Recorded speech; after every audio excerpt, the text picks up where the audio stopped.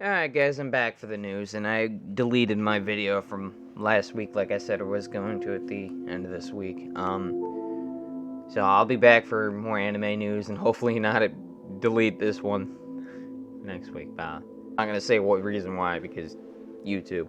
Anyways, moving on here, so we're gonna start with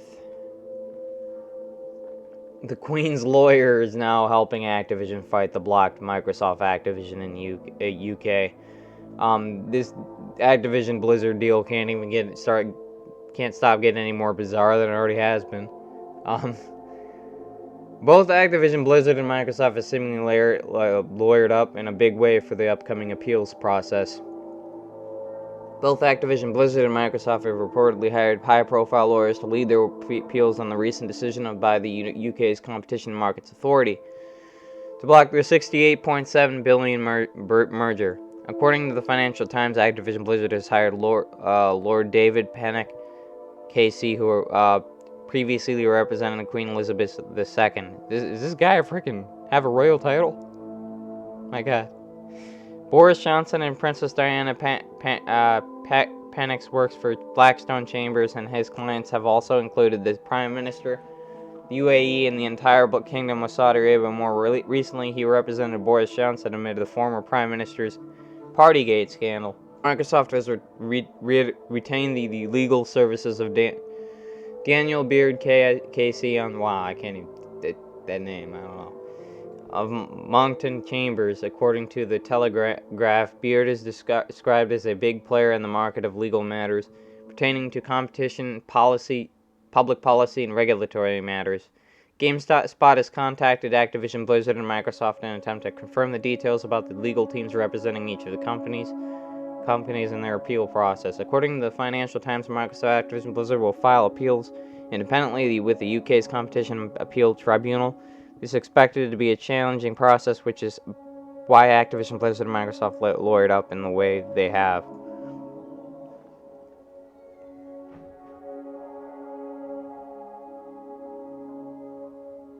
Yeah, I could read more, but more in the Activision Blizzard deal. They ain't stopping trying to get the Activision Blizzard, get the Call of Duty IP and stuff like that, so push forward, I guess. Former FTC lawyer blasts UK agency for blocking Microsoft Activision deal. Yeah, I thought it was going to be the US for sure. Anyways, a former general counsel of the Federal Trade Commission says that the UK's CMA should not have blocked Microsoft's merger with the Activision Blizzard.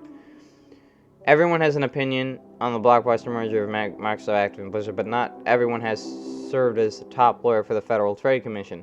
In a recent article, former general counsel of the FTC, Alden Abbott, opined that the UK's Competition and Markets Authority should not have blocked the deal from processing, saying that the body did not fully consider the facts. In the piece, Abbott argues that the CMA overstated the impact of the cloud gaming in the short term, pointing out that the promising technology is yet to make significant inroads with consumers yet, although, yeah, that is true. There's still years off before it's actually stable enough to be actually used on a large scale. I mean, you can't stream something cloud-wise for a long time without it crashing. I've had problems with that with Xbox. I've tried it in the past with my internet, and my internet's not 100% the best, but, it's better than most people's, so the fact that it's happening with me, nah. It ain't ready for prime time yet.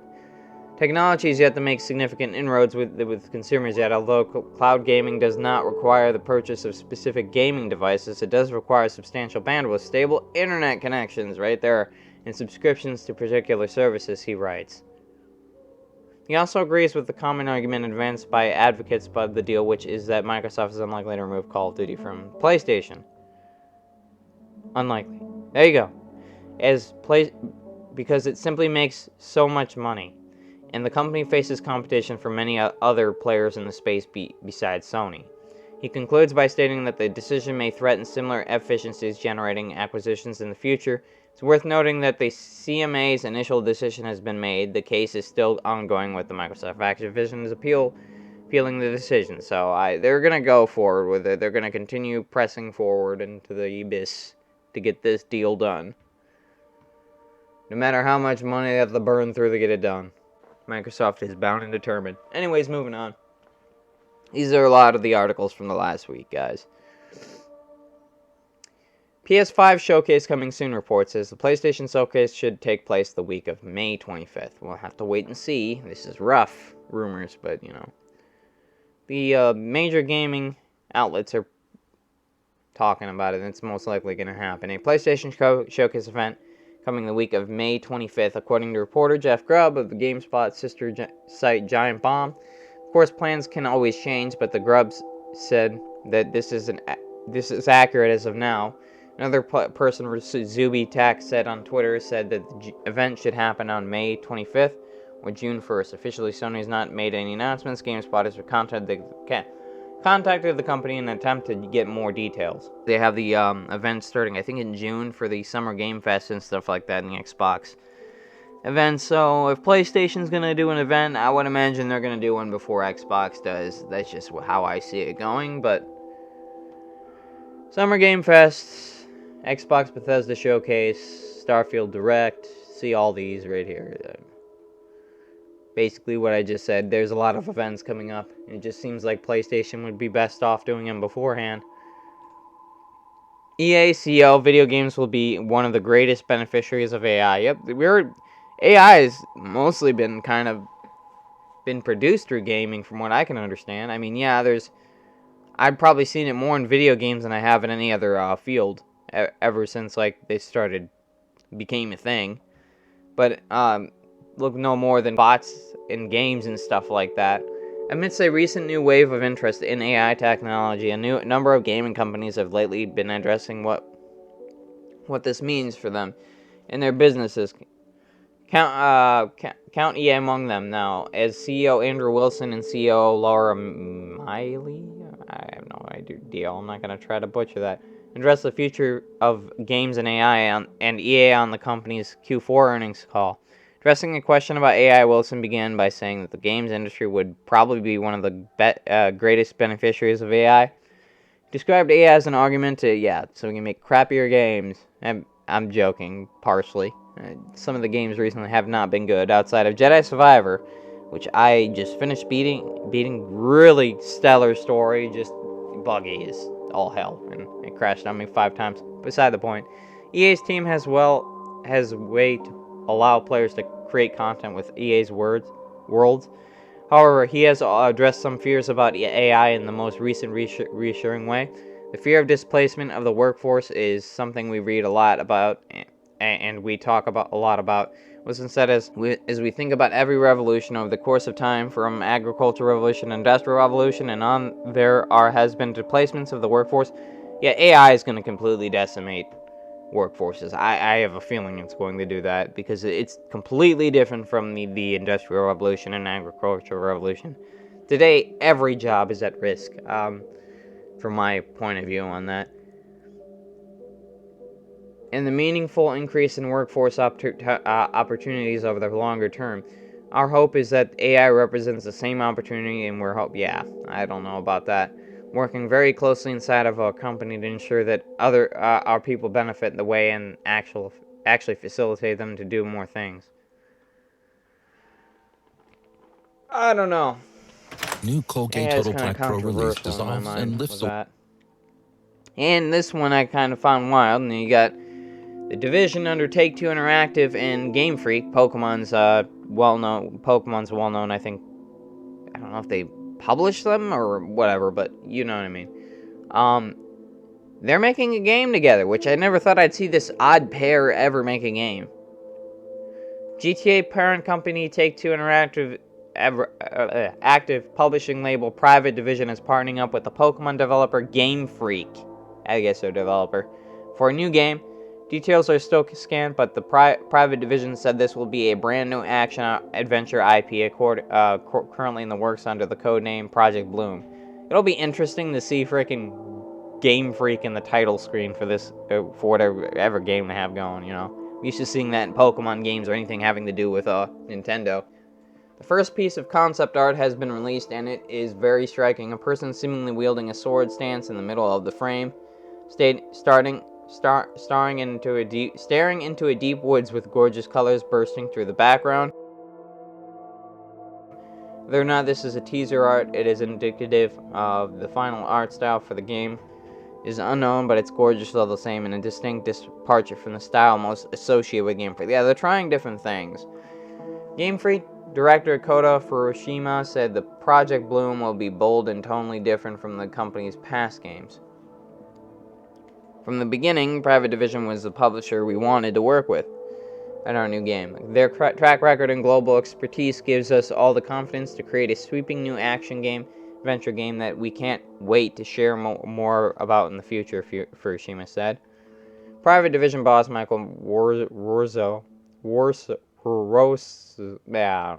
said Game Freak has over the years created some of the most iconic games of all time. And the company is excited to work with the Japanese studio to unleash their potential. Warzo also mentioned how Private Division is the first Western publisher to work with Game Freak. Yeah, see, I don't think they've ever done this before. Project Bloom is in early development, and there is no firm release date yet, though Private Division confirmed its expected release in Take-Two's fiscal year of 2026, so we got some time. It's about 3 years. That means the game is penciled in for the release between April 1st, 2025 and March 31st, 2026. Platforms for Project Bloom were not announced, of course, because it's in way too early development for there actually be any freaking announcement on, oh, well, this is coming out for PlayStation 5, you know, or Xbox, or Nintendo, or whatever. Anyways, moving on. I gotta start running through these. Star Wars Jedi Survivor patch fixes PS5 HDR issues. PC patch coming later this week. As I said, I played through this, beat it, crashed 5 times on me in one session. The game's good, the gameplay's good, the story is good, it just needs to be patched. All hell and back. Here's all the fixes. I'm just going to leave an article in the description. I'll move on here. Good game. Nintendo Switch sales are slowing. Nintendo Switch sales are slowing down. No new hardware confirmed for this fiscal year. Nintendo Switch console sales declined by 22% in the 2023 fiscal year, and the company expect fewer sales over the next 12 months. They have no new hardware to speak of. Switch is aging, and it's basically sharing the same fate as the Xbox right now, though for different reasons, where they're not just no sales of the console whatsoever. Xbox is because they can't get their shit together. They don't have any new games out for it, and people are losing or have minimal faith in Game Pass right now, although I think Game Pass is a good concept. I think it's going to do good over time, but right now they need to get those games out and start giving people some reasons to purchase an Xbox. But same situation with that for the most part. Nintendo Switch successors not happening for another year at least, and don't hold your breath, Switch U. Nintendo has put a stop to the rumors about its hardware, whether it's a long-awaited rumored Switch Pro or otherwise, by declaring that the Switch successor won't be released until April 2024 at the earliest. So now we got the company saying that they aren't releasing a Switch till 2024, which is most likely accurate. So expect Switch sales to continue to decline. As reported by Bloomberg, Nintendo President Shintaro Furukawa explained during an investor's presentation that isn't considering new hardware in 2024 fiscal year. This means that Nintendo's next home console won't be released until late April 2024 at the earliest. So expect 2024, 2025, or if they ever make a new model, seeing as their sales are currently falling off a complete cliff at this point. But anyways, moving on. Starfield's ESRB rating reveals drugs and game purchases and jetpack sex, and I was like, boldly go where no couple has gone before. And I was like, this one was bizarre. Mr. Matty Plays was talking about it. I was like, what's going on here? While we may have to wait until June to get our next big look at Starfield, the game's ESRB rating has appeared online and confirms it will include drugs and game purchases and jetpack sex. Looks like they have been putting more effort in this one than Redfall, because from what I've seen from some of the leaks and stuff like this or whatever, seems to be more of like something along the line of Fallout 4. They have romance and shit like that. The ESRB, an entertainment software rating board, has given it Starfield an M rating for mature 17+ for blood. Strong language, suggestive themes, use of drugs, and violence. Many of these classified are pretty standard for an M-rated game. But the rating summary is filled with some very interesting details. First off, it confirms Starfield is an open-world role-playing game in which players assume the role of a miner tasked with finding artifacts across galaxy. The next bit of text describes some more standard features, including Starfield allowing the first and third person perspectives, and that will feature characters, interactions, quests, futuristic guns, lasers, axes, explosives, and more. Pretty much a Fallout in space. The ESRB's rating summary then gives some examples of suggested material and dialogue players will find in the game. Specifically, after they are a bed with another character, the game continues suggested material and dialogue, and after sharing a bed with the character, life is sexually transmitted disease. It's 100% fatal. I'm all for getting a little wild, but not next time. Let's try it without jetpacks. Bizarre, but you know. Talk about seeing stars. That was amazing. This summary reads, we obviously don't have the full context. It may not be exactly as it sounds or even appear in game beyond a mention, but the next gen jetpack sex is probably not something many had on their Starfield bingo. Yeah. It was bizarre.